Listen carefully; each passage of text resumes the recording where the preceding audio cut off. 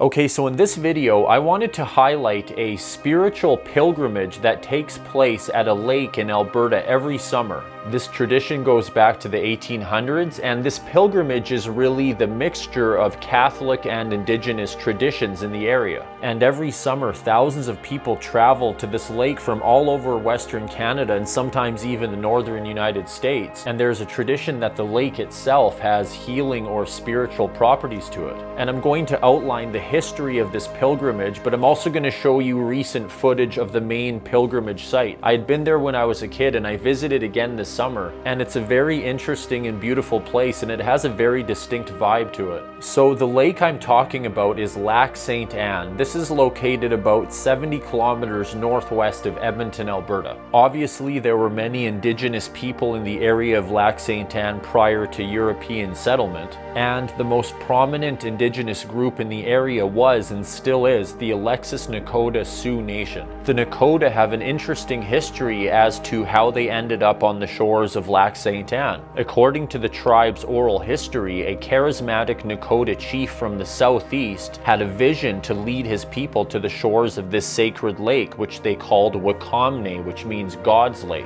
And the Nakota eventually settled in the area around the lake, and it was very rich in resources, and so they really thrived in this area. And the area around the lake was a meeting place between various Indigenous groups, including the Cree. And the Cree had a similar name for this lake. They called it Manitou Sahkahigan, I hope I'm saying that right, and it means spirit lake, so very similar to God's lake. I also found it interesting that the original European settlers that moved into the area around the lake called it Devil's Lake. Was that a very rough and maybe unfair translation of God's lake or spirit lake? Or did they call this body of water Devil's Lake for another reason? Interestingly, there still is another lake called Devil's Lake, which is just a few kilometers east of Lac Ste Anne near the town of Onaway. And so the name Devil's Lake really stuck when early European settlers were naming bodies of water in Lac Ste Anne County. So in the 1800s, across Canada, there were these Catholic missions being established all over the place. In 1841, there was a Métis man who lived near the lake, and he sent word to Bishop Joseph Norbert Provencher of St. Boniface, Manitoba. And he asked this bishop to send a priest to live among the people around the lake. Bishop Provencher had only 4 priests to administer to a territory that stretched from Ontario to the Rocky Mountains, a very large area of Canada. But the next year, he managed to send Father Jean-Baptiste Thibault to make an exploratory trip of over 1,400 kilometers. And in 1844, there was a small shack built for Father Thibault and another young priest named Joseph Barassa. Father Thibault immediately blessed the lake and renamed it Lac Ste Anne after Saint Anne, who was the grandmother of Jesus and the mother of the Blessed Virgin Mary. And this tiny Catholic settlement became the first permanent Catholic mission established west of Winnipeg. By 1887, the buffalo had disappeared from the area and the lake had lost its importance as a gathering place. Most of the population moved away and the Catholic mission was almost deserted. And for a short time, the pastor of the mission at the time, Father Lestanc, completely closed the mission. Father Lestanc then took a holiday to his home country of France, and it was the first time he had been there in 30 years. While he was there, he visited the shrine of Saint Anne in the town of Brittany. He later said that while he was praying at the shrine, God revealed to him that he must not close the mission at the lake and that he must reopen it and build a shrine to Saint Anne, and the mission should stay open and be a place for pilgrims to come and receive spiritual help and healing. You could say that there were 2 mystical visions that led to the pilgrimage at Lac Ste Anne. As I said earlier, the Alexis Nakota Sioux Nation have an oral tradition of a Nakota chief having a vision that led his people to the shores of this lake. And perhaps a couple centuries later, a Catholic priest receives a revelation from God while he is in prayer that convinces him of the spiritual significance of this area and establishes a pilgrimage to the site. And so this pilgrimage that was established is really a mixing of 2 cultures, and perhaps one of the more positive ones in Canada. Father Joseph Lestanc organized the first annual pilgrimage to St. Anne in July 1889, and this pilgrimage to the lake continues every year and it's always during the week of July 26, which is the feast day of St. Anne. Initially, a couple hundred people from the surrounding area participated in this pilgrimage. By early 1900, the attendance grew to about 1,000 people, with many coming from St. Albert and Morinville. The pilgrimage eventually grew into a 2-day event. One day was especially for Indigenous and Métis people, with the sermon being delivered in the Cree language, and the second day had services in English, French, and often Vespers were said in Polish. The non-Indigenous population attending the pilgrimage was quite large as well, and it included people from French, English, Polish, and German communities. And Indigenous pilgrims came to this site from across Canada, not just the local Alexis Nakota Sioux Nation, but also Cree, Sioux, Assiniboine, Chipewyan, Beaver, Sarcee, and Blackfoot groups from across Canada. Initially, people would travel mostly by trail and in a very traditional manner. A tradition that was established early on and continues to this very day is that many people will walk a certain amount of miles to the main pilgrimage site, perhaps as an act of penance and reverence as they are approaching the lake. Attendance to the pilgrimage increased over the years, and in the early 1980s, a new St. Anne shrine was built to seat 4,000 people. There were also significant improvements made to the general grounds, and new stations of the cross were built along the path leading to the lake, and they were painted by artist Alex Twin.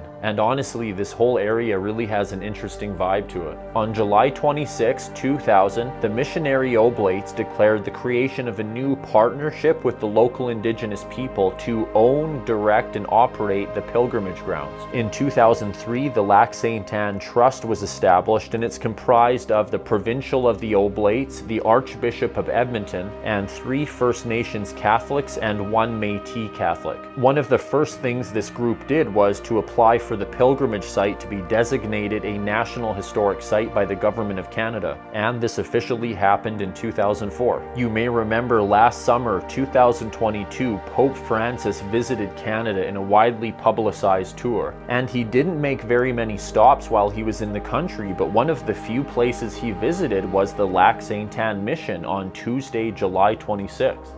This was probably the biggest celebrity to ever visit this entire county.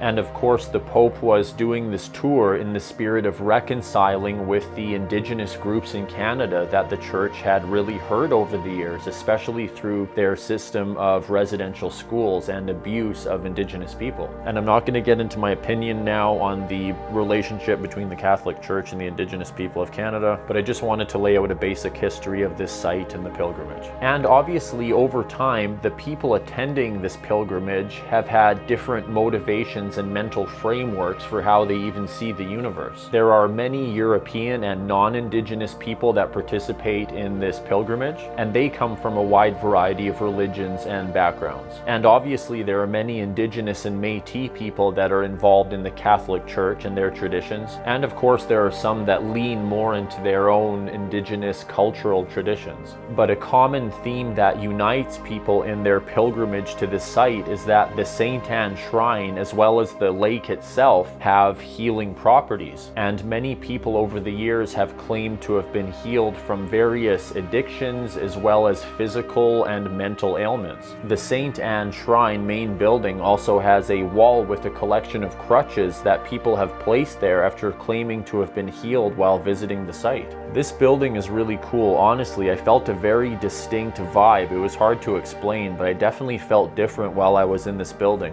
And there's this long pathway from the main church building leading down to the lakefront, and it features a whole bunch of these stations of the cross with these beautiful religious paintings. It's honestly a very unique walk. I wasn't expecting to enjoy it as much as I did. And then eventually you get to the lakeshore, and this area of the lakeshore is where people walk into the water to get some of the healing properties from the lake. I actually grew up attending a church camp on the other side of the lake, and at times the church would have baptisms in the same lake. In that tradition, the baptism is not related to the healing properties of the lake itself, but I just found it interesting that the church group also incorporated the lake into its spiritual practices. And so over the years, Lac Ste Anne, or Wakamne, God's Lake, has been established as a place of spiritual significance. The pilgrimage to Lac Ste Anne is is the largest of its kind in Western Canada, and it brings people from all over the country. And so that's my brief history of the pilgrimage to Lac Ste Anne. The entire county of Lac Ste Anne has a surprising amount of interesting stories, and I'm looking forward to doing more videos in this area down the road. If you're interested in this area in general, I did a video on Alberta Beach, which is the main town in the lake area, and it's not far from the pilgrimage site. I also did another video on the nearby town of Onaway, and in a couple weeks I'm going to post a video on a very significant disappearance that took place near Alberta Beach in the 1970s. And if you're interested in watching more of my content in general, please subscribe to my channel. I'm going to be uploading at least one new video per week. Thank you very much for watching. I hope you have a great day, and I look forward to seeing you next time on the Strange North channel.